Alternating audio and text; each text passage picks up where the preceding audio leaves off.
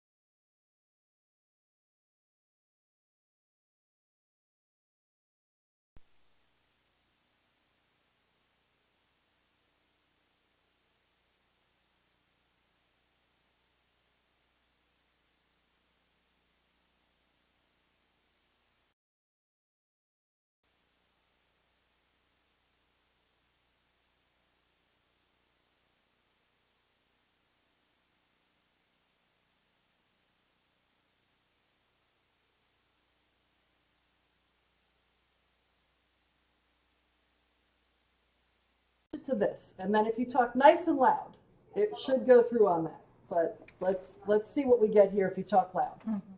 I mean, it's getting me because I'm right next to it. Okay, so can you hear me? Yeah. At all? If I scream? It's showing that I can hear. Let's see if I can. Can you hear me now? Yes. Well, I hear me. Okay, that's it. No, that was me playing it. So just talk louder, so now. Sorry about that. You're fine. All right, are we ready to come back? Yep. Here we go. Okay. All right, so I believe we have Miss Webb and Miss Fernagan up for Stanley Elementary. Well, hi, board members and everybody else. We're so happy to be here talking about Stanley. It's our theme this year. I wanted to start out with that, is Stanley is a great place to be, so that'll be going throughout the presentation this evening. All right, we have many reasons to celebrate, and I wanted to start with that because it's very important. We talked to you last year, and we talked about our goals and what we wanted to achieve last year, and we did. So I'm proud to say that Stanley Elementary is fully accredited in the state and federally. That is thanks to all the hard work of the teachers, staff, students, and parents. So that deserves a big congratulations. Thank you. It was very exciting for us. With that in mind, every year we do set goals for ourselves. Even if you are accredited, it's important to continue to look at your goals and see what you want to accomplish. So this came from our goals this year. We worked together as a school to come up with them. This is based on the data that we gathered from our testing. And so we do have some areas of focus, and the first one is by June 2025, Stanley Elementary School will increase reading scores from the economically disadvantaged subgroup. Currently, we're sitting at 69.14% to 75% or more on the Virginia SOLs. That is a goal that I think we can accomplish with a lot of hard work and definitely attainable. So we will continue to move forward and make sure that those kids can reach that goal. Another area, it's a little bit tougher, but we're going to plow through and work as hard as we can to help this goal. By June 2025, Stanley Elementary School will increase reading scores in the special ed subgroup from 33.33%, that's where we're sitting right now, to 50%. Or more in the Virginia SOLs. And I'm sure you're going, why would you only set it at 50% when it's supposed to be 75%? That is because we are not naive, and it is probably not very realistic to think that we can go from 33.33% all the way to 75% in 1 year. But if we can set a goal that's attainable and then take it from that point and move forward, we can eventually get there. And so that is why that's like that. And we have come up with plans for all of these goals as well. And then the last one, by June 2025, Stanley Elementary School will maintain a chronic absentee rate of 15% or less.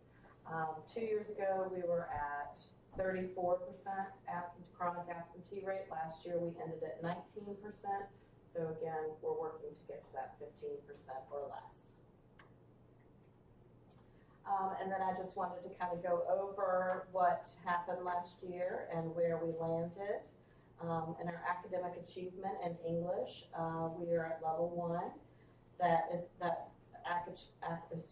achievement gap in English. That's our level 2 near standard. We're near that, and that's coming from our economically disadvantaged and our special ed populations. Our academic achievement in math, we are at level 1.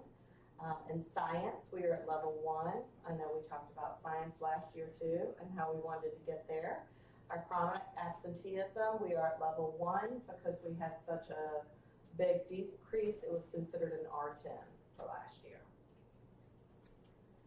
All right, and this is just going to give you some visuals of where we are. This is our reading performance in 21-22, we were at 53% in reading performance, and then in 22-23, we went up to 55%, and then in 23-24, we went up to 64%. And so my encouragement with that is that we are continuously moving up and moving in the right direction, and that's what's important. In math, compared to the division and the state in 2021-22, we were at 45%. We know that's coming out of COVID and how those years were. In 22-23, we went up to 66%, and then in 23-24, we went up to 72%. So we're doing really well in math. And then in science, this is really exciting, all the efforts that we put in last year. I talked to you guys about how much we appreciated you getting our 5 Fonts Press, new materials, and the science supplies, and putting a lot of focus on that, not just in 5th grade, but in every grade level, making sure that that vocabulary is an area of focus. In 21-22, we were at 44%. That about killed us. We did not like that at all. So the very next year, last year,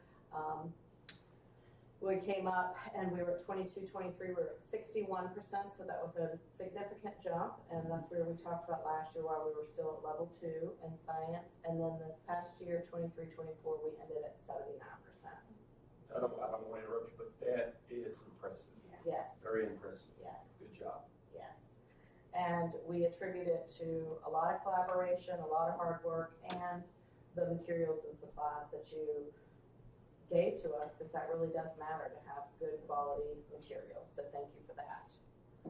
Alrighty. And then our history performance, in 21-22, we were at 67%. And then in 22-23, we went up to 75%. And 23-24, we went up to 77%. Outstanding, yeah. So we're very excited about that, and we just want to keep growing. We never want to just stop at the bare minimum, so we're happy with growth.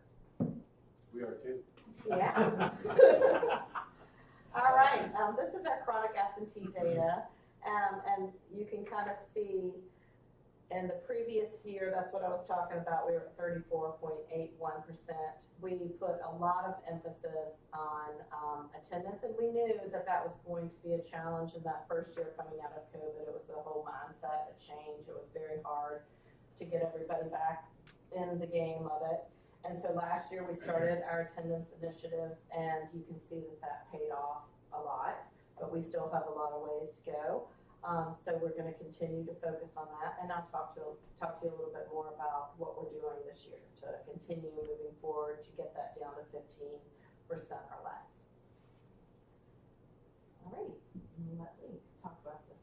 Yeah, so with chronic absenteeism being such a prevalent issue in Page County Public Schools, we as a school are taking all of our stakeholders, myself, Anita, our attendance secretary, our school secretary, making sure that we are tracking the data. We've created a Google document with all the protocols that are Page County approved, and making sure that we are following protocols as to who's responsible at this point in time. If you get to 5 absences, if you get to 7 absences, if you get to 10, and we're making sure that we make daily calls to parents and students, are making sure that we are coding it correctly. Is it excused? Is it unexcused? Is it verified? Is it unverified? And looking at the sick notes and making sure that we are documenting what's going on in our Google Doc, and making sure we make notes and the date and the time and who is involved, to make sure that we're being thorough as we track our absenteeism. We're also sending home attendance letters. We're having meetings. We're doing incentive plans. We have baskets of joy, of prizes when students have been recognized for having good attendance. We have celebrations, and we do shout outs. We also have on Friday announcement about who had great attendance, and we announce it over the intercom, and those classes get to color a slice of pizza in hopes that they can fill in their pizza and they can have a free pizza for their whole class, or free pizzas for their whole class. So as a building, we are always talking about that. We have posters all over about how important it is to be at school, and my job is to make sure I reach out before it gets to that chronic stage and talk to parents about, hey, let's touch base about the importance of being at school, no gaps in education, and making sure that they're at school, getting everything they need, and if not, we're making this contact to make sure that we care. Yeah, and we also have mentor programs, and we have people in the building who are recognizing the children, their needs and their strengths, but also if they have areas where they are not coming to school, we also address that as well. So holistically, we're taking care of our children, but we're also very much targeting chronic absenteeism as a piece that is part of their whole educational profile.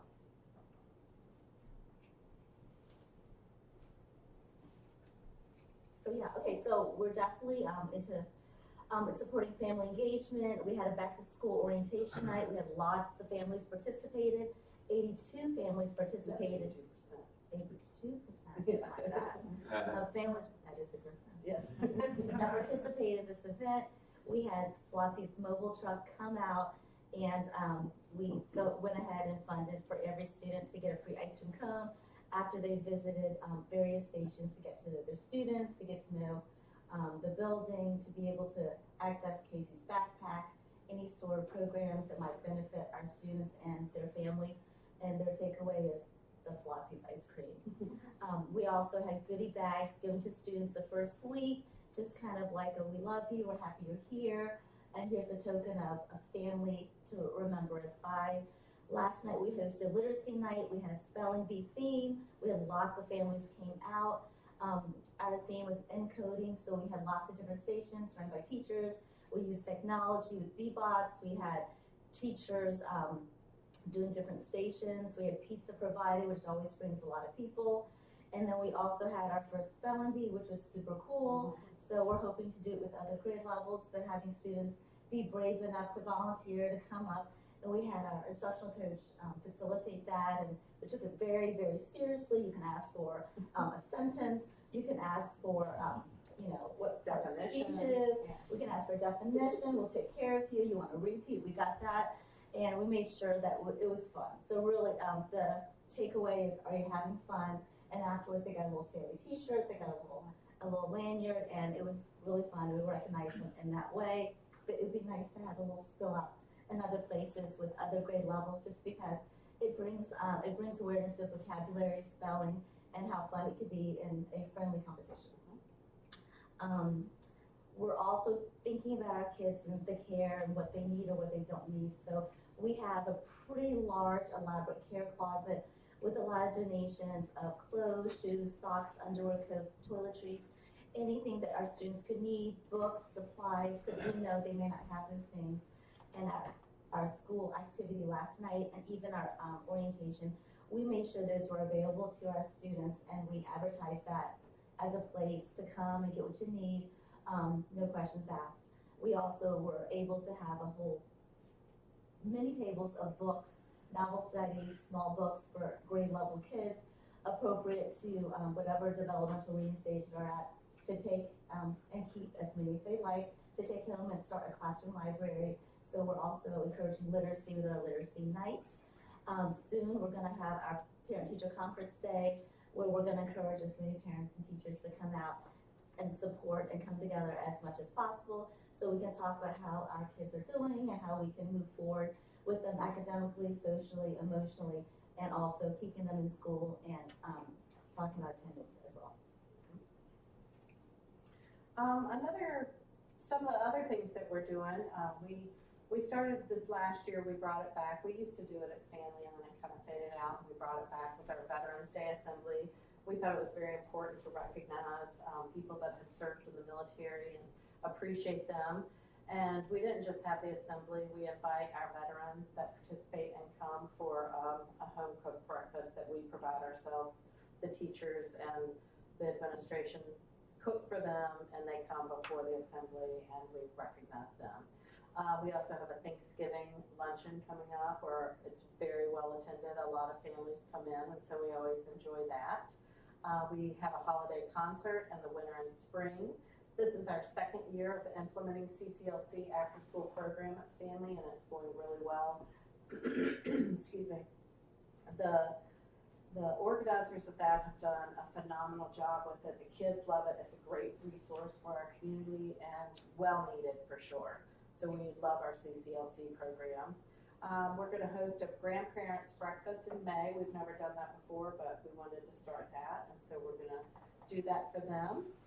We always have a 9/11 flag ceremony in recognition of Patriots Day. We have a member of our Stanley family that has 2 children in our school, and he served in the military, and it's very near and dear to his heart. He leads a run that starts in Stanley and runs all the way to Luray, and they always stop by Stanley on the way, and we gather around the flagpole and we talk about 9/11 and remember it and honor it every year.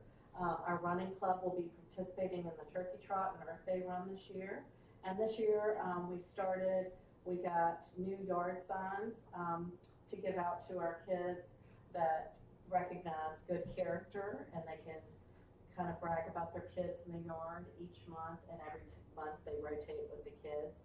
And then this year we're going to invite our parents to the breakfast as well. We're trying to get people in as much as possible and give them as much positive recognition as we can. And then, just to wrap up, I just wanted to show you some of the school events that we talked about. These are just some of, on the top, these are some of our kids participating in some of the technology programs that they brought through with the ACSC grant, and they love to do the STEM stuff. This picture over here where the kids are on the rocks, that's a field trip that some kids took over the summer up to Shenandoah National Park. Back there, that is our new STEM lab. We did create our new STEM lab this year, and it is phenomenal and beautiful, and we're very happy to have it in the building where everybody can have access to it.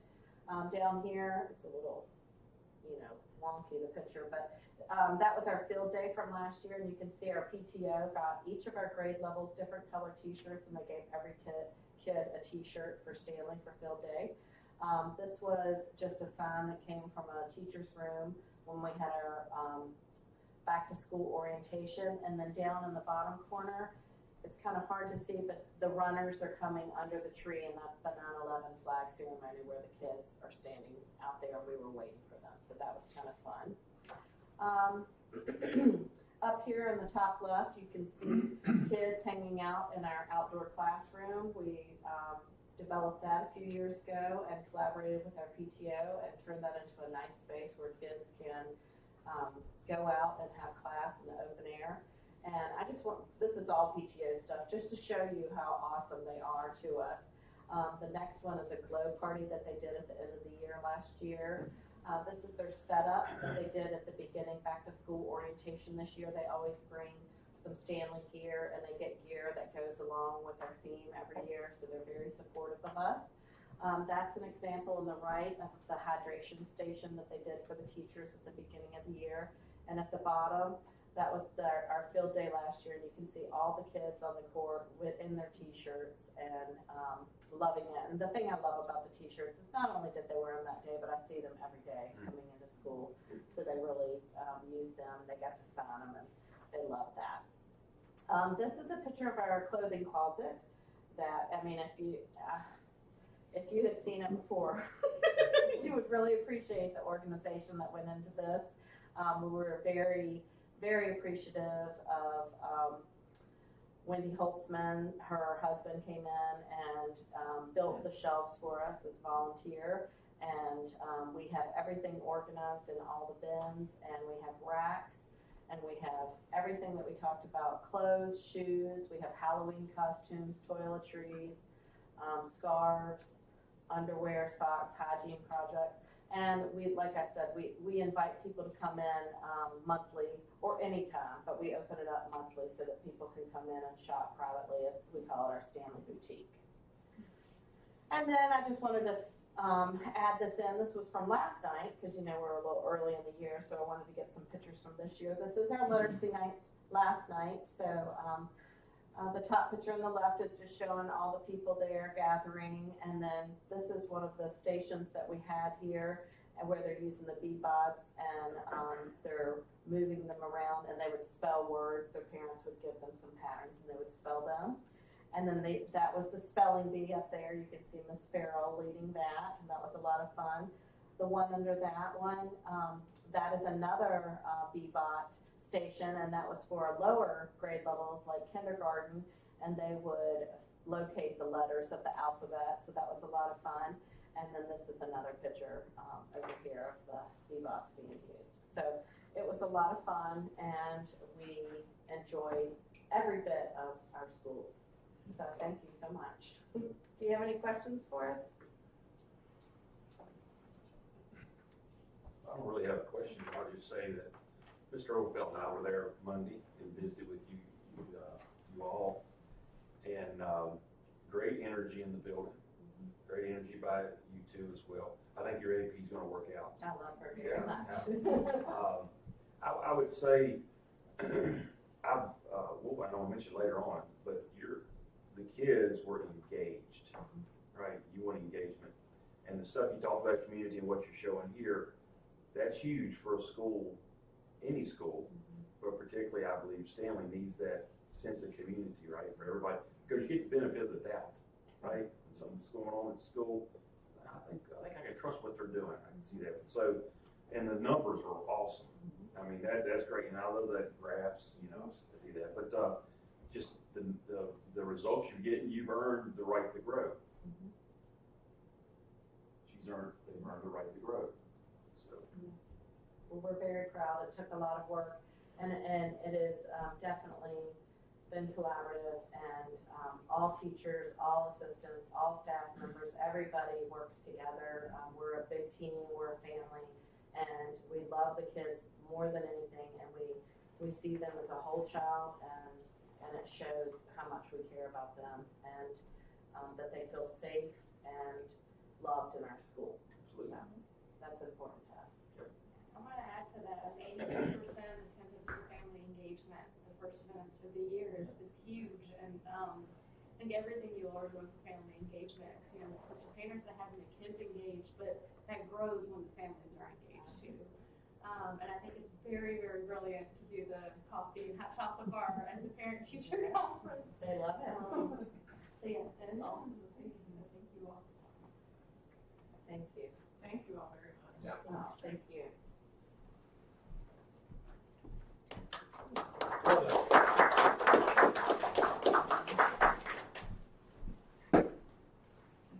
So next up, our September minutes are posted for review, if you would like to review them.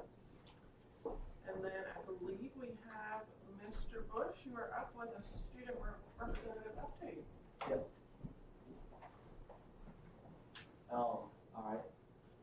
What's been happening at Page County High School? Homecoming 2024 was a big success. We had a lot of help from Sugar Creek Ice Cream. They supplied a whole lot of ice cream, and I think everybody really enjoyed that down there, even some of the teachers. The PTA, they were a tremendous help decorating all, like they did a phenomenal job, as always. We had a senior breakfast that was just organized by the students. I had two buddies, they brought grills out. I brought a whole bunch of bacon, and we ate good. We went in and we learned. We had a senior sunrise, and it was foggy, and we didn't get to see the sun at all. But it was a good experience. Everybody, I mean, not everybody showed up, but people showed up from different groups and people that don't normally talk to each other, and I think that's always a good thing.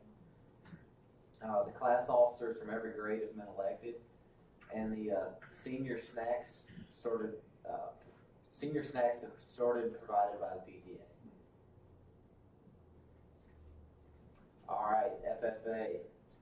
We partnered with Holston's FFA to send 1.5 truckloads of supplies to Southwest Virginia with all the flooding that was going on. And, we were all down there filling the trucks up. Bride Singer, he drove them down there, and he said they were real glad to have them. Casey's Backpacks, that's been keeping us busy too. It's where we fill backpacks in Stanley. The car shows this Saturday, October 19th. We're going to have barbecue, burgers, hot dogs. We've got a 50-50 raffle. We have tons of raffle prizes that have been donated from a bunch of businesses.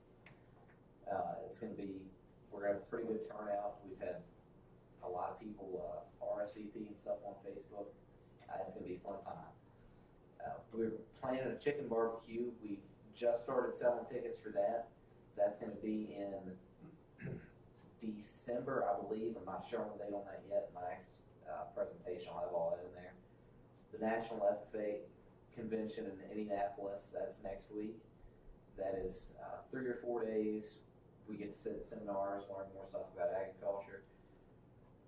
We had a homecoming tailgate. We all rode down on a hay wagon, ate some good food before we went down, watched the football game. Last summer we attended state convention, and Brendan Welch placed second in the states for tractor driving, and Jeff Hall placed second in state for ag mechanics.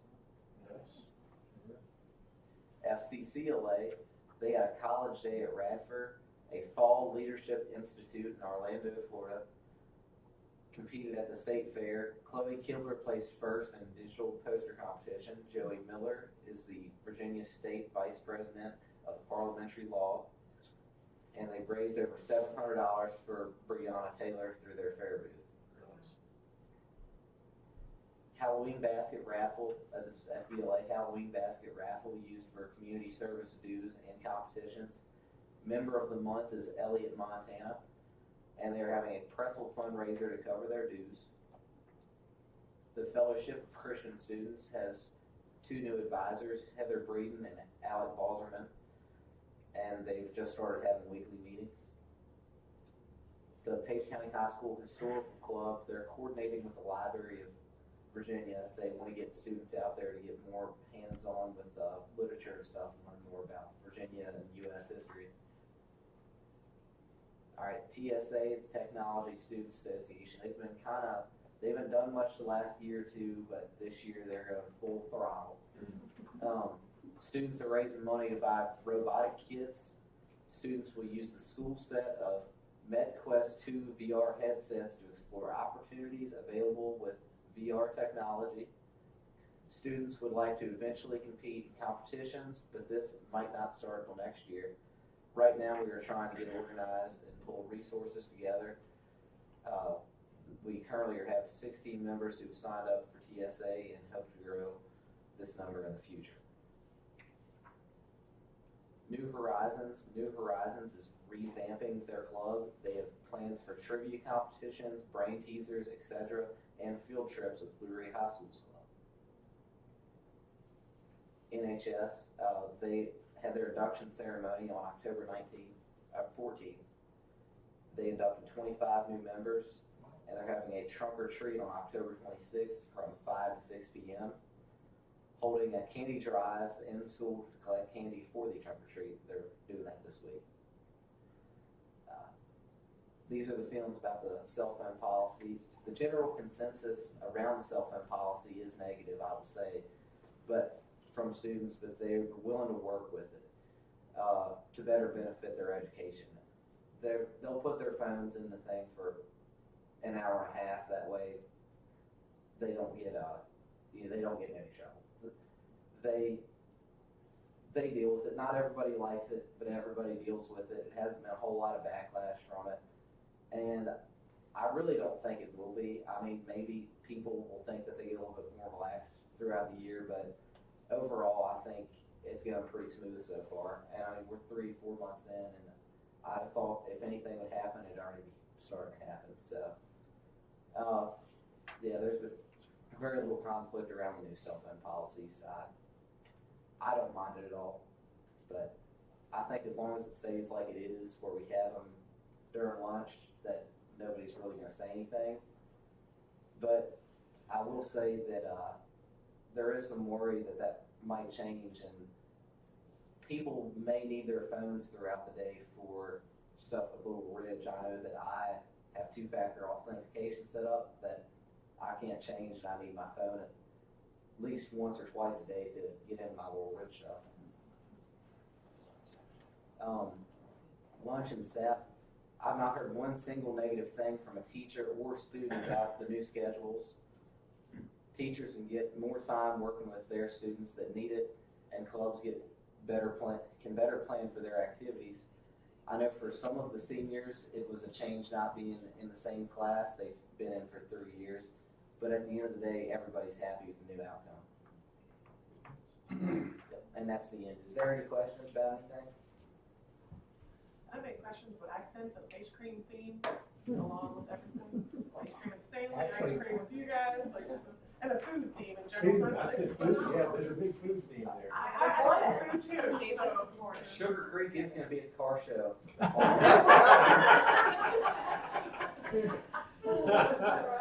Sebastian, where is the car show?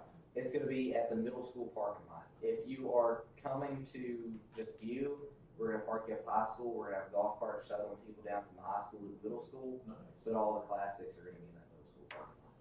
Yeah. And it's this Saturday. Yes, ma'am. How many cars do you anticipate? I'm hoping for 150 to 200 cars. Wow. Okay. And we've got 2,000 raffle tickets, and I know we'd be happy to sell all of them. How much are they? They're $1 a piece. What time is this? This is from 3 to 6, but that is not, that's just the time we put on the flyer. Like, I'm sure there will be people hanging out after 6 for probably an additional hour or 2. For ice cream. For ice cream. Yeah, for ice cream, definitely. Ice cream.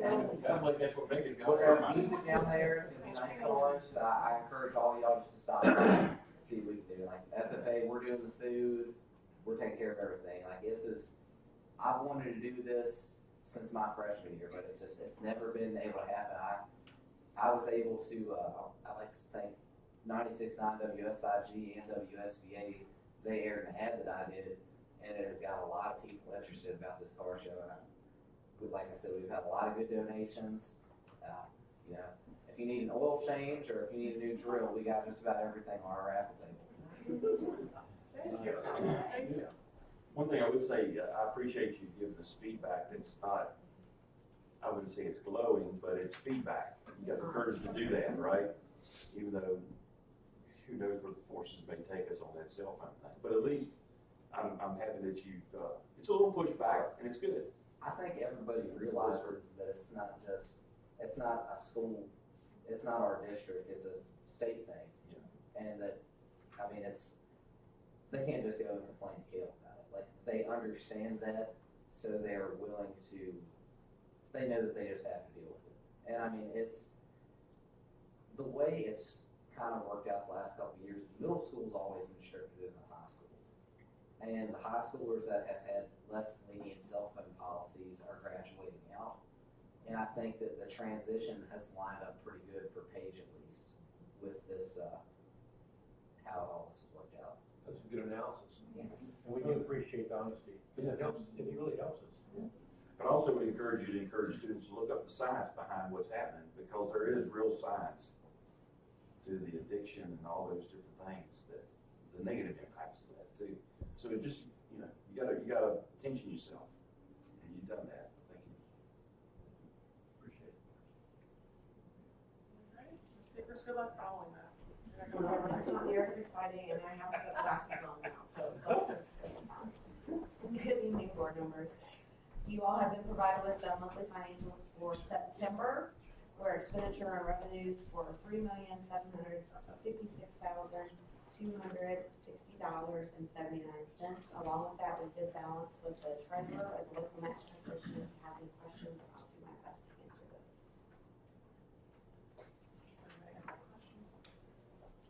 I'll make a motion that we approve the plan. No, other information. Oh. Monthly financials. These are Monthly. monthly. I'll be I back digress. momentarily. She'll be back soon. I'll be Hold back that thought. soon. Hold that. Thinking about ice cream, that's what it was. That's all distracted. Dr. Huber, attendance update? Absolutely. Good evening, members of the board. In keeping with our theme of full throttle, we're going to talk about some important instructional updates this evening.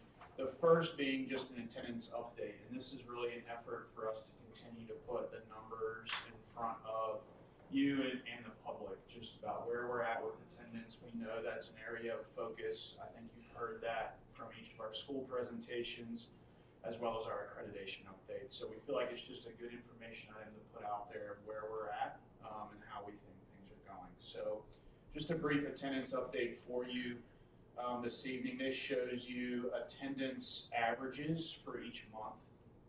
So you're looking at total enrollment, days in session, and where we stand. So you can tell just across the board, you're really hovering right around 95% is kind of the midline there for both months, which is a really good start to the school year. And so it's something that we look at on a regular basis, both at the division and the school-based teams, just to really monitor not just unexcused absences, but where are we at overall, because we know that that's the key data point in terms of chronic absenteeism. So if you want to look at it in a different format, this just kind of shows you September is the bar that's in the white color, and October is the black, and you can just see across schools what that looks like. Again, you're really hovering right around on a division average at 95%. And we've talked before in this group and in other forums as well. The biggest challenge is always going to be at your high school, just because that's when your compulsory attendance laws start to fade because students are older. So, but that's a good start to the school year, and something we will continue to try to put in front of you and the community, at least hopefully on a monthly basis. So we're tracking where we're headed. It's really good considering the sickness that you have going around. Yeah. Right, we've got strep going, passing through. Are you gonna continue to use this format and expand that, keep the bars, so we see like a 6 month and 8 month? Okay. And so what we'll do, just for, probably to keep it clean, is, we'll probably have to like pare it down, because obviously if we send that out over the whole, it'd be too Make the much, line but really, really fast. we'll make sure we always have a comparison. And then this next one, this is not as telling right now for you, and I understand that, but it just kind of shows you on average over a 3-year period where we're at as of the snapshot date. Right. And so to your point, what we would want to do on that slide is the same thing, Gotcha. right? And we'll just do it by month there, and then by years on that. It's great for managing, yeah, I like the tool. So you can obviously see we're pretty much on par with where we were at last year. So it's a quick update, but just wanted to make sure that we're communicating our progress and how things are going. And there's some good smiles in those pictures. Yeah, that's really right. I always like to share those. So questions for me on attendance? Thank you. Yeah, absolutely. You are up again with an instructional update. All right.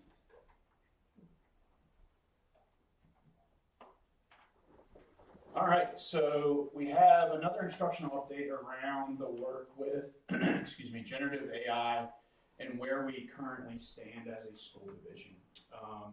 As everyone is aware, this is not a new topic to the world or the world of education, to be even more specific. And so we feel like it's really important as a school division to be very transparent in our process and what we are doing to prepare for AI, and particularly generative AI. So this presentation's purpose is really just to kind of tell you where we're at, answer any questions you might have, and certainly if you would like to provide some things that need to be on our radar as we move the work forward, that's also certainly helpful and welcome as well. So here's a quick, just kind of snapshot. We are part, and I'll talk a little bit about this in a minute, we are part of a cohort that's throughout Region 4, really working through having some discussions and real good work around Gen AI. And this was a slide to the left that was recently shared around just kind of the reality of where things are at. This is an emerging technology, as everyone is aware, and I think this just kind of captured, at least for me, just, you know, this is what's going on. So about half of teachers, students, and parents using AI chatbots at least once a week, either for work or school. And if you look at the bar chart, you'll see how that shakes out in terms of teachers, students, undergraduates, and parents. Using it once a week or more is in blue, in gray is every once in a while, and yellow is never. So you're seeing an increased usage, certainly, both in school and work. And you're also seeing some folks that are hanging back and saying, it's not for me and I don't want to use that. And I'm not ready for that right now. And I think that kind of captures where we are at in our work, is being very aware and understanding that people are in different places with this, and trying to really have some listening ears around different perspectives, and then how do we move ourselves forward in respecting those perspectives. If that makes sense. That picture to the right is just something I tried. That's an AI generated image. And so I typed into an AI tool, create me a picture of Page County Public Schools with the river, mountains, and a school. And this came out in 5 seconds. And I just thought it would be interesting to share with you just one of the tools that AI has. It's kind of powerful and helpful just even in some of our everyday work. So, and that's after about 3 or 4 iterations, that's what it came up with. So I thought I would share it just as a point of interest. It's surprising to me the number of parents that are using it. I would have not expected that to be so high. Yeah. I think it's also interesting too that there's a lot of AI in use that people don't know that it's AI. Right. So that number is probably not even Probably not real accurate. as high as it should be, Right. because there's so many different tools that are utilizing it. One of our focuses is generative AI, which is far more complex and developed. So I just thought I would lay this out as just a general outline for the group around our implementation of artificial intelligence and kind of the things that we are working on to really develop that feedback mechanism that I mentioned earlier. And these are just 5 kind of the highlights. Number 1, as I mentioned earlier, we are a member of the Region 4 Gen AI cohort. And so we have completed 2 meetings to date with that group, which is sponsored by several organizations, VDOE, VAS, and VLP. And we have a facilitator of that group who's really kind of walking us through, not everything needs to be AI, but these are the positives, these are the negatives, and these are some things you need to think about as a school division as you explore this topic. We found that to be very helpful. You can see the members there are listed, myself and Dr. Fox, as well as Dr. Good, Ms. Brumfield, Mr. Runyon, and Mr. Kale. And so we will continue that process throughout this semester into the spring. And it really parallels very well with number 2, which is our steering committee that we've begun just as of last week. So that steering committee includes our ITRT staff, as well as 2 representatives from each grade band, elementary, middle, high, who are teachers. And what we're really looking for from that group is, again, to continue that feedback loop of tell us what you're concerned about, what are you excited about, what questions do you have, more importantly, represent your colleagues. So what are you hearing? And that's really important information for us as a leadership team to help inform our work moving forward.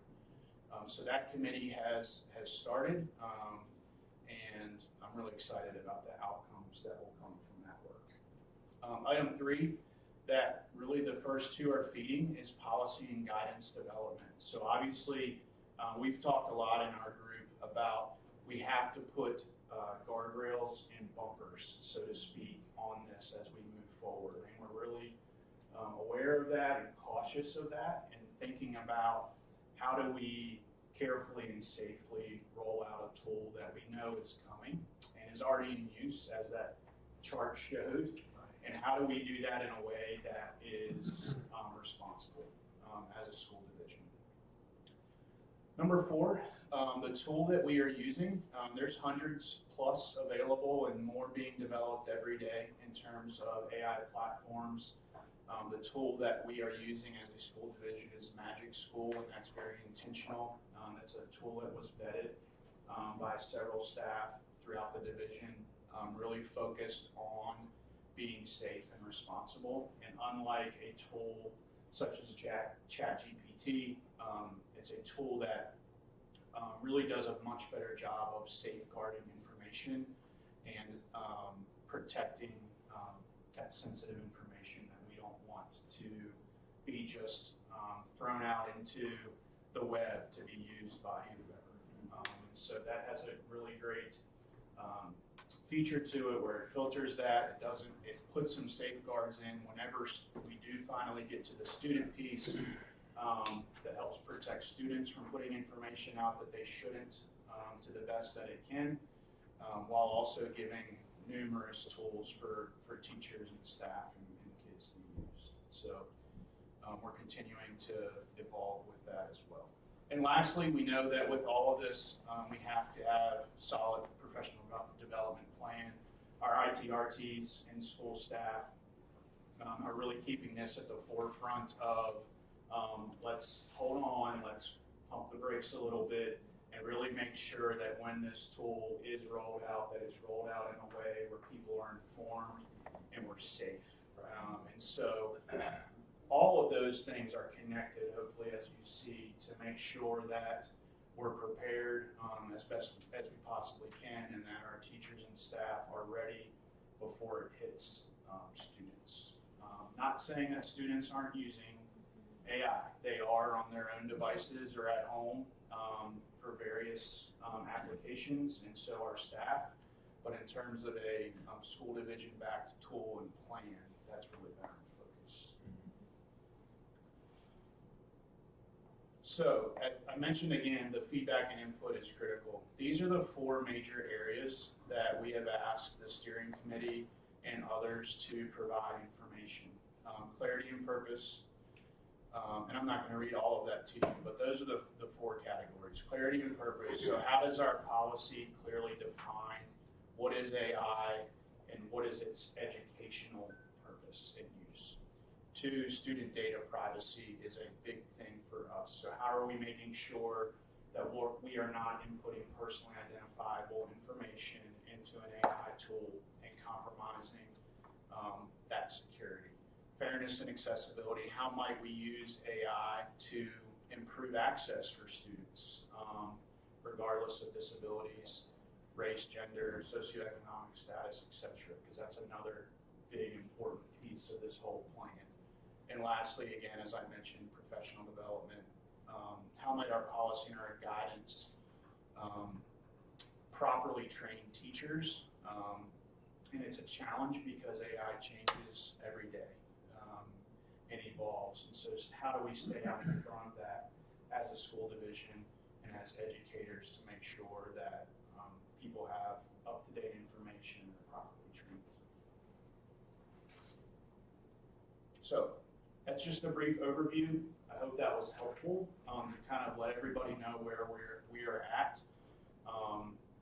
We're excited about the positives and then cautious and careful about the negatives, and we're working through that together collectively as a team. And when we have our IT report, we'll probably go over maybe a lesson that you developed maybe. We certainly could, I would imagine. That'd be good to see. Yeah. In terms of professional development for teachers. Well, professional development or something that we've used already for a lesson plan or something. Oh, sure. Yeah, I think it would be. Yeah, well, example, we can give you an example tonight. So as we worked last week to generate our guidelines and expectations for use, some of those things that he mentioned in that last slide, we created it at our reading level, right?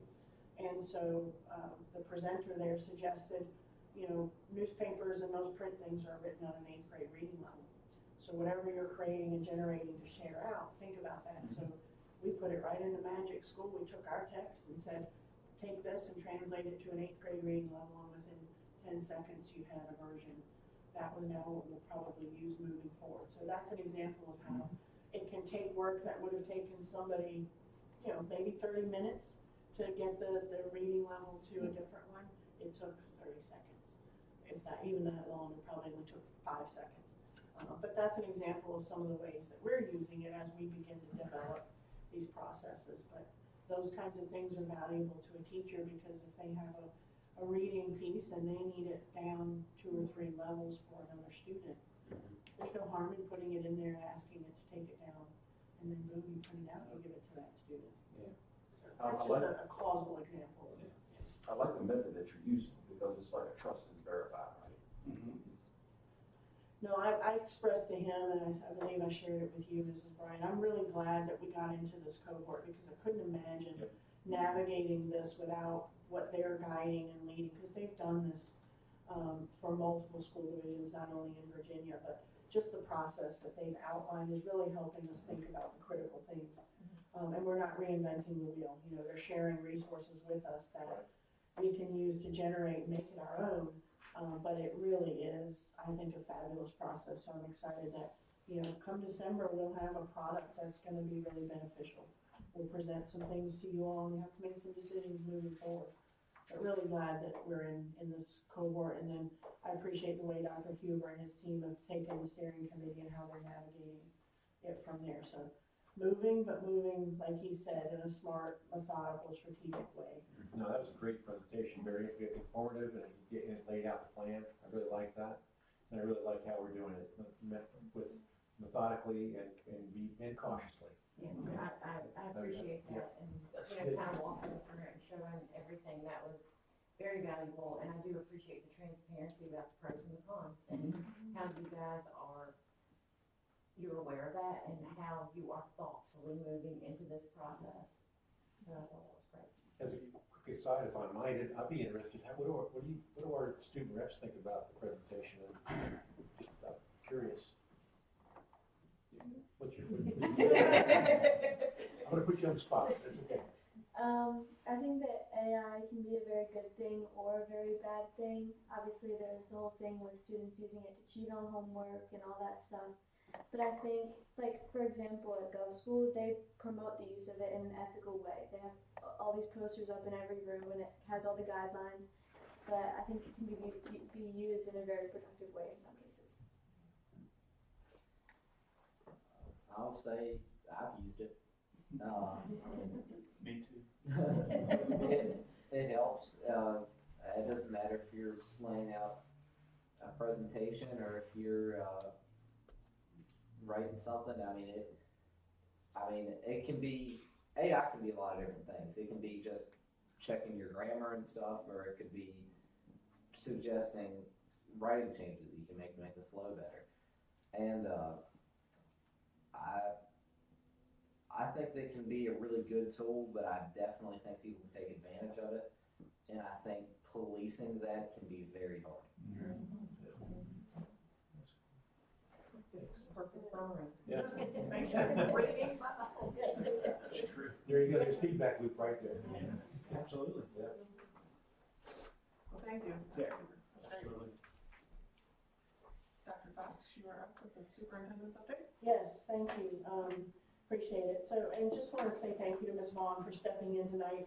I know we've asked you to do a very stressful thing, but we appreciate you stepping in when needed, so thank you for that. Thank you, Dr. Huber and Sebastian. I always enjoy your presentations.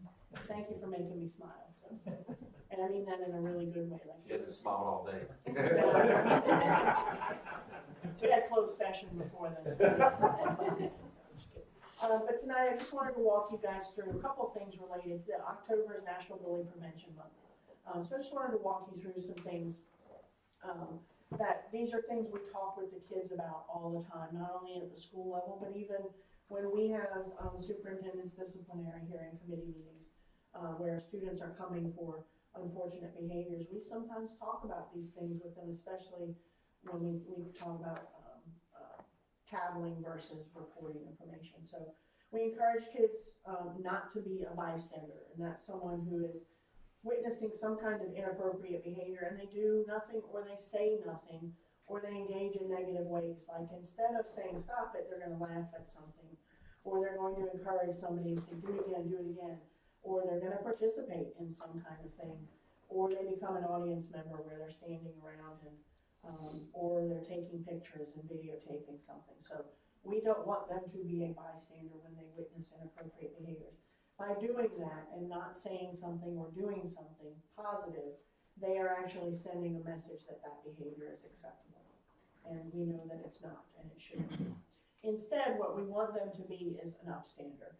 And an upstander is someone who takes action when they witness inappropriate behavior taking place. They're going to take action and maybe tell somebody to stop what they're doing. They're going to get others to stand up and help when a bully might be trying to hurt somebody. They're going to help a victim. They're going to maybe try to shift the focus or redirect something to make it stop. Or they're going to go and get or tell an adult who can help. We ask, upstanders, we do ask them to be courageous. We ask them to be assertive, to be compassionate, and to be the leader that we know that they can be. So we make that difference for those kids. Our kids to understand the difference between bystander and upstander, and we want them to be an upstander. We talk with them a lot about this as well, that if you're not part of the solution, you're part of the problem. And we need you, instead of engaging in whatever it is, we need you to help solve that problem. And solving that problem is by being an upstander. The difference between telling and tattling, we talk about this with kids all the time. I tell you what, they're getting good because now in most of our hearings, when we ask them the difference, they can tell us the difference. So we know that these conversations they're getting there to the kids. And so, kids always say things, silly things like snitches get stitches and stuff like that. And we're really trying to get them to understand that telling and reporting is really being helpful. It's keeping yourself safe or it's keeping somebody else safe. So we're really using that language of telling and reporting versus tattling or snitching. And that we need their help in reporting incidences when they see it. And in that vein, how can they report information? And we talk them through the different mechanisms that they can use. So if they see someone being mean, they see someone demonstrating or displaying bullying behavior, saying or doing inappropriate things or threatening themselves or others, students and parents can always tell a trusted adult, and that can be a teacher, an administrator, a counselor, a coach, a relative, a parent, a guardian, somebody. Tell an adult. They can use the Stop It app. Our kids on their Chromebooks have that app right there on their computer, so they can access it anytime. They can anonymously report when something is happening through that app. It goes straight to school administrators and some of us up here at the central office, and that incident immediately gets looked into. They can send an email to a teacher or an administrator. If the parents at home that night and their child told them something happened, reach out to that administrator or that teacher and ask them to give you a call the next day so that you can walk through, or if you want to report some information. And then certainly you can always call or visit the school. The Stop It app, we've talked about this quite a bit, but just wanted to remind everybody that it's there. So you can get it on your phone, on a tablet. Again, it's on all of our kids' Chromebooks. They can access it there, but it's just an anonymous reporting tool. So that if they see anything going on, whether it's self-harm, threats, bullying behavior, people are using inappropriate language, things like that, they can anonymously report it. The other thing that we love about the Stop It app is that it has an integrated crisis text line. So anyone can use it if something's going on and somebody needs somebody to talk to or they're not sure how to handle the situation. They can immediately go to that text helpline. It's monitored 24/7, 365. If they get, whoever the trained counselor is on the other end, if they get a sense that law enforcement needs to be involved or someone needs to help, they immediately contact the local police or sheriff and work to get that situation resolved. And then just for some metrics in terms of the Stop It app, last year there were 63, so this data is from last year, there were 63 incidents reported using the Stop It app across the division. 33% of those have been lumped together into other or miscellaneous categories, and that's how the child categorizes it. When they go in and put their report, they can pick from a series of things. So it might be that somebody was angry, somebody was depressed, they might have wanted to report an abuse situation or inappropriate conduct, foul language, something like that. 27% were classified as bullying or cyberbullying, 18% were drugs, alcohol, or vaping, 11% were threats, and 11% were harassment. So of those 63, just gives you an idea of what was being reported. All 63 of those were investigated and closed out by administrators, so none of them were left hanging. And what they do is they investigate it and then they decide if there need to be consequences based on the code of conduct, or do we need to refer a student for counseling, or do we need to do a threat assessment, things like that. What grades were these? Were they all across? Yeah, so this was for grades 5 through 12. We can break it out a little bit more. I don't know if we have grade levels, we can do it by school, so we could look at secondary, high school versus middle school. That would be interesting to see. Yeah, just to see. Primarily high school. I'll tell you, the vast majority of them are coming from the high school. And maybe which, well, we'll look at that later. I think one of the questions that was asked, maybe you asked it the other day, at what point does that turn to being more violent? What age these things kind of start? Sadly, we're seeing that younger and younger. Right. So I think what this helps do is it catches things earlier, so that there are times when administrators have stopped things from happening. Like a child's reporting that they're hearing somebody might want to fight somebody else. They can get in the middle of that, and it doesn't end up in a fight. Right? So when they try to figure out what's going on, or somebody's threatening self-harm, they get them in front of a counselor right away before they might actually follow through on something. So I think this is helping us be a little more proactive in some situations. And that's the hard thing, is because of the stuff that goes on at home. There's really, in our our community, I don't believe we have a good mechanism for us to know what's going on, you know, and then to know what's happening at home, to get something to happen, you know. Kids just have to deal with it, and this is how they're doing it. So whatever we can do to shore up on that other end needs to happen. So in conjunction with that, we've also been sharing this graphic, and you've seen this before, it's nothing new.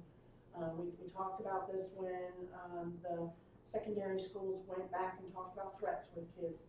We use this THINK because it makes sense. You know, before you post something, before you say something, just think about it. Is it true? Is it helpful? Is it inspiring? Is it necessary? Is it kind? And if you answer no to one of those, don't say it or do it. So we're really trying to help get them to think about what they're doing prior to doing it. We're using zones of regulation across, it's now K-8, we'll go to high schools next year. It's a way to just help self-regulate. If you know that you're angry, what are some strategies to help you go from red to yellow to green? If you need help getting there, we can help you do that, but you have to recognize that you're there and you might say things or do things that are inappropriate if you're at red. It's good to see that at the elementary schools on Monday. I like that. And I think kids actually look, you know, you go by and they're exposed to it, so it sinks in. And then just on top of all of that, you know, Care Solace, we started that in August. We wanted to gave you an update last month, but just wanted to keep that update going because this is, I think, we're really happy with this, and I think it's connecting some families that may not have been connected before. So you can see the increase there in the total number of cases, the total number of communications. If you get people talking, that's step one, right? Get them saying, hey, we've got this service, we can connect you, that's step one. Total appointments has gone up to 16, so that's 16 more that are happening. 25 anonymous searches, so that means other people are going onto the site and potentially looking for resources. It's saving our staff over 51 hours of time. That's great. And 38 warm handoffs. So again, the warm handoff is where counselor, school counselor, or administrators working one-on-one with a family, and they input all the information and they hand them over to the Care Solace team, and a care coordinator takes over. So that's really huge to see that 38 of those have happened. And then from there, the communications and the appointments and things start to happen. So these are great numbers, actually. Do we get rounded feedback from those who are using this?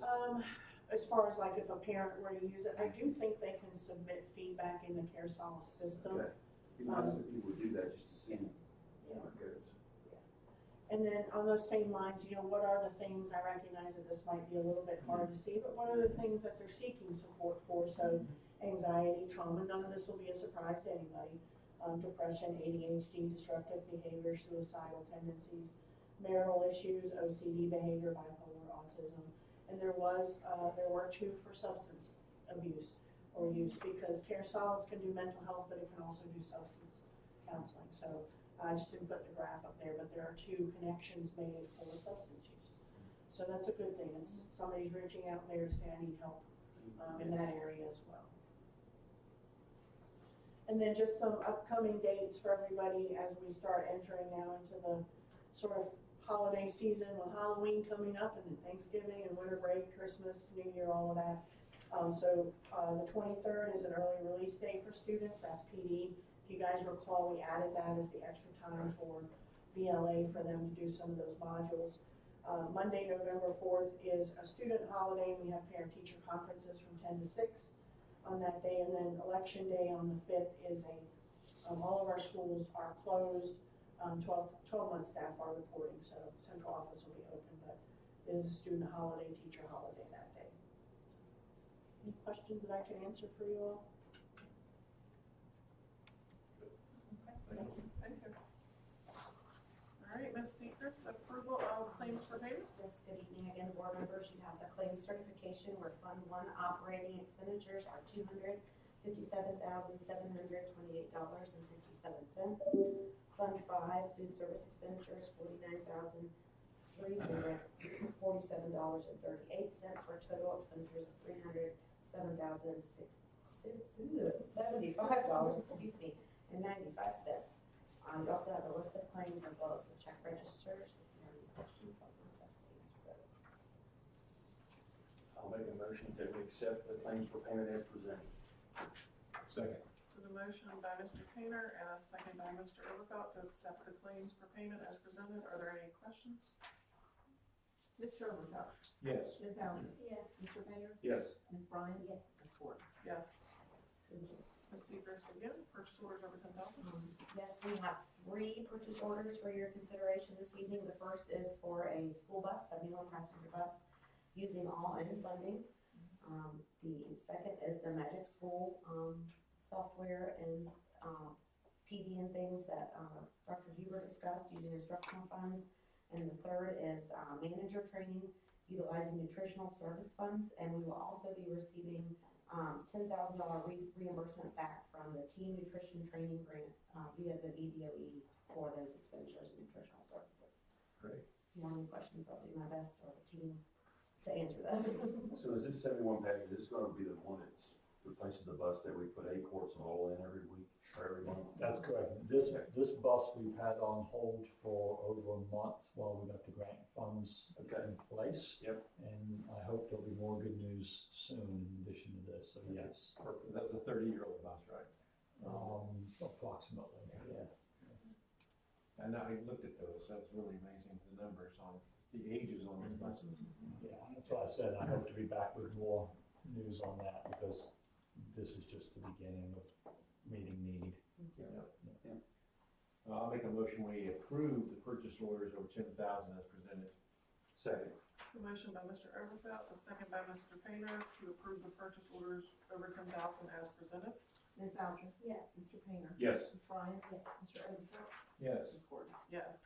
Thank you. Capital improvement plan, Dr. Fox, Dr. Johnson.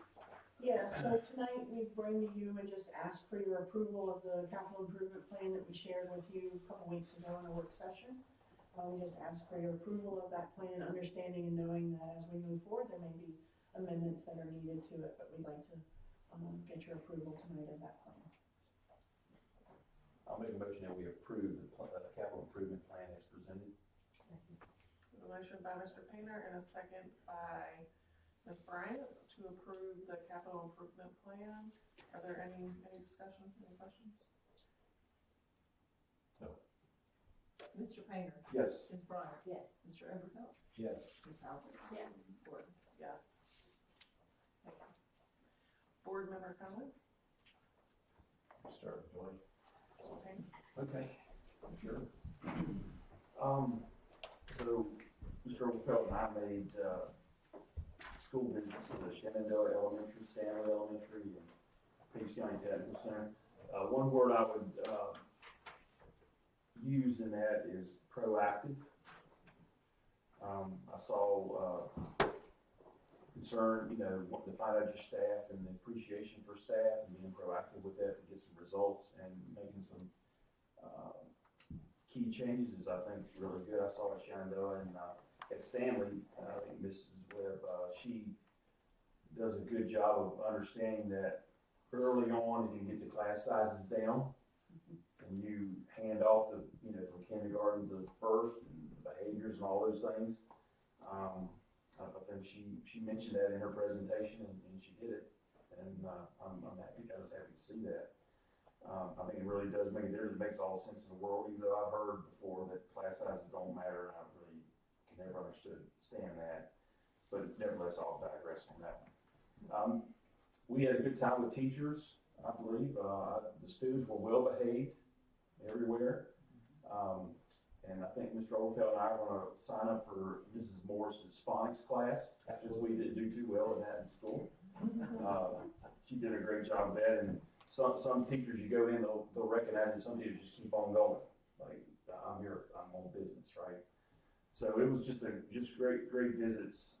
The chairs, there's some modified chairs that we saw that I think was a grant by Mr. Hopkins that he got for us, which was interesting and neat. The buildings, there's some things that could be improved there, but the energy and engagement from the teachers and staff it was awesome, really awesome. Peach County Technical Center, I think the proactive thing that I saw in that was, changing all ed to the rise, and then moving in some to the middle school, I think that's the proactive kind of thing, that's the smart thing that I think we're doing, and I haven't heard from the middle school how that's going, but I'm assuming it's pretty good. We definitely need better ventilation in the welding place. We walked in there as a purple haze. I'm not talking about the song. We could use some kind of blower in there. And I don't understand how Mr. Morse does it. I mean, he's got like 10 projects going on at the same time, and people are coming to him, he's all over the place, and Mr. Avery was there doing some welding on a seat. Cosmetology was in there with Rosalie, she didn't stop, she kept going. Mrs. Cook, I'm sorry. And the students had notebooks, and everything was written down real nice, and she was calling on people, and the confidence and just the preparedness of the students was awesome. Electrical department, they were stripping wires and doing all kinds of things, and the salaries that those guys can garner once they get out of it, it's amazing. Dr. Fox, when you retire, you might want to become an electrician. Can I throw in there? It's $72 an hour, that's what the union reps told them. And the students were like, I mean, that makes a lot more money than a lot of people, I mean, it's a lot. I know what I would have done if I was doing 72 high an school hour. all over again. The nursing, the facilities are awesome. It's almost like a hospital in that one room, and the teachers are well prepared. And Autotech, I really loved the kids coming up and introducing themselves and talking to us. That was fun. Yeah, they were ready for us. So and I think we got potential there as well as, as far as inspection. These kids, if we could incorporate the inspection part of it somehow, these kids can get jobs right away anywhere they want to go when it's over.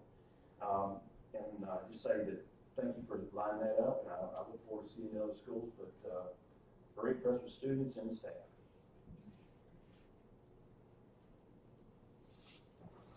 I was actually able to talk to Ms. Miller not too long, 2-3 weeks ago, and everything is running really smooth. They're very excited about what's happening in the building, and it does seem to be running really well. And it was exciting to hear her excitement, and so she's excited to have the opportunity. So good stuff's happening there. The tech center my son goes to, he loves it. It is so exciting to have him excited about the tech center. So I can't say enough about that. If you have a student that's interested in that and it breaks up their day, it's more of a real life type of setting, and I think that's interesting. And the staff, of course, are just tremendous there in what they do and their focus. Tonight, what really stood out to me, and I know that we pressed this a lot, but from the very beginning, with Ms. Webb presenting about the things that are happening at Stanley Elementary, the spelling bee, I love that. Everything, the coffee and the hot chocolate with the parents, it's community, and I know that we're going to continue to focus on that community, that one-on-one individual relationships, even as we move forward with technology, and using it as a tool, but still making sure that we know how important it is and how valuable it is to have our relationships with each other personally and within the community. So I really loved that combination that we highlighted tonight. I think from the school presentations, I love starting out the meeting with recognizing the students of Blue Beach School and the volunteers. But with that and the school presentations and then Sebastian's presentation, it's just so neat to see all the great stuff that's happening behind the scenes, and all the details and even the meetings that you all go to right now learning about AI. There's just so much that happens that we don't think about on a day-to-day basis. So it's just really neat to see that, see the excitement around it, and I really, really enjoy the information from Care Solace. I think this is such a great, necessary, needed tool, and it's neat to get the data on what students are working with stuff and what students, then we can, create curriculum and our approaches to specifically target on that word, but focus on those things. It's just continually impressed with everything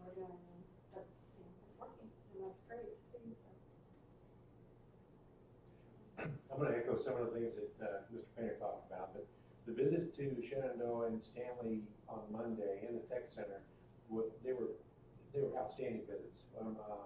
We spent more time, I think, than we probably could have spent a lot more time, but we all had other things to do. We had to move on with those schedules.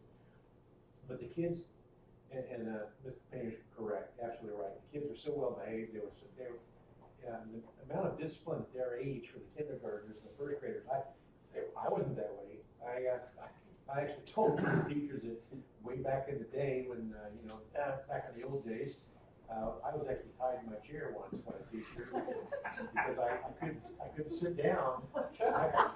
I know. Yeah, this is, but because I get done with my work and get bored and wander around. So.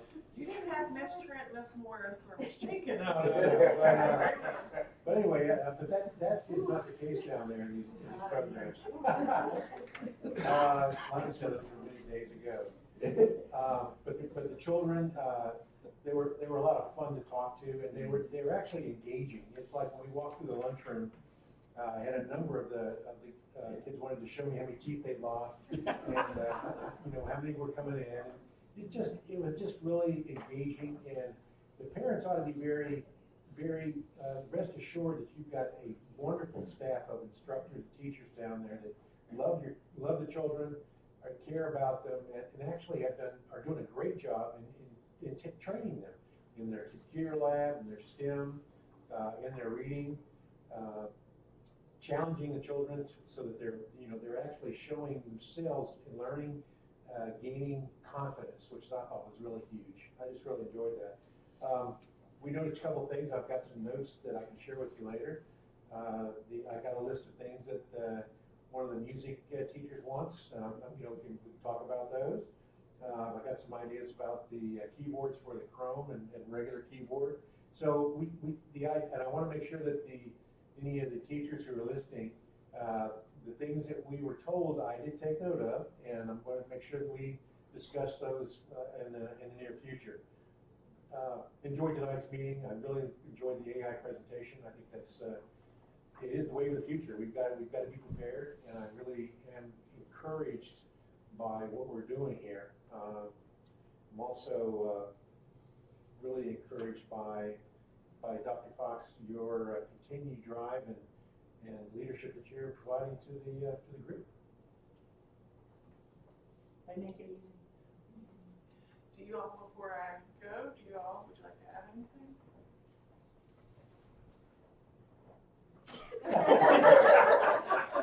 We can flip a coin. I will say that the thing that stuck with me most tonight was Dr. Fox's information about Bullying Prevention Month. Bullying is a plague on our school systems, and if it's not addressed, it will only worsen and it will become the norm, which then makes it harder to spot and call out. Additionally, on this, I think that bullying is a direct representation of what a bully experiences at home, and I think that should always be taken into account when dealing with these students.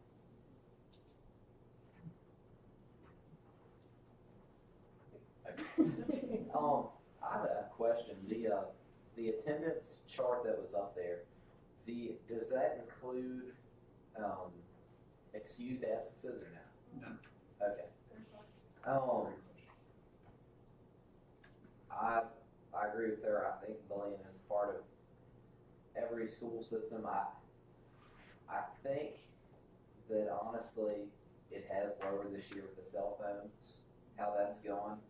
And there's been less altercations between students, and I think part of that is also there's less time for people to bicker back and forth.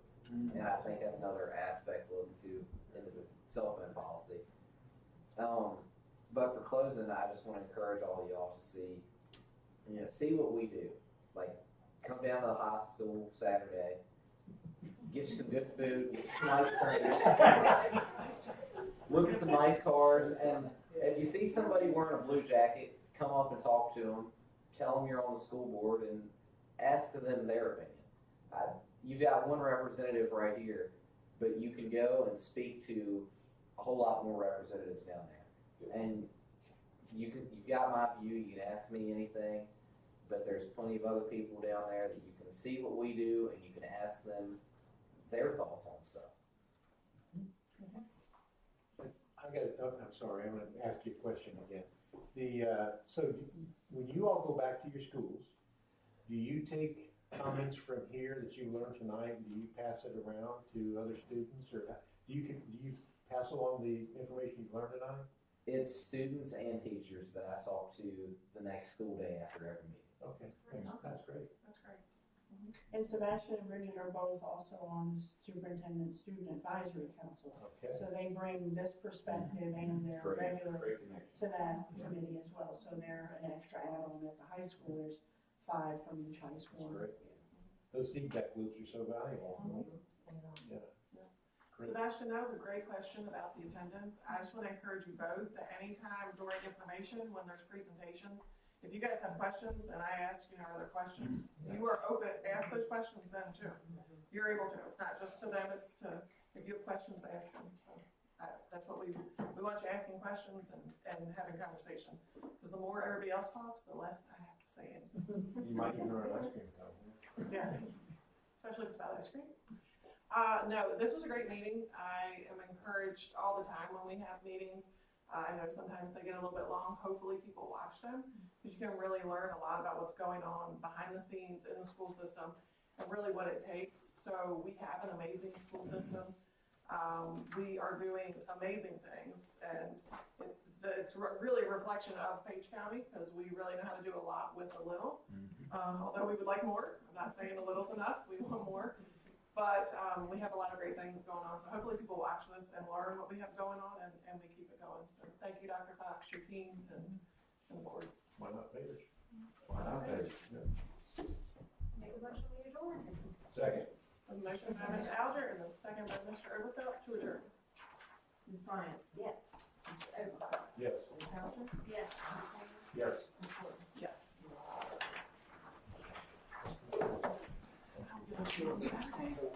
I'll start it.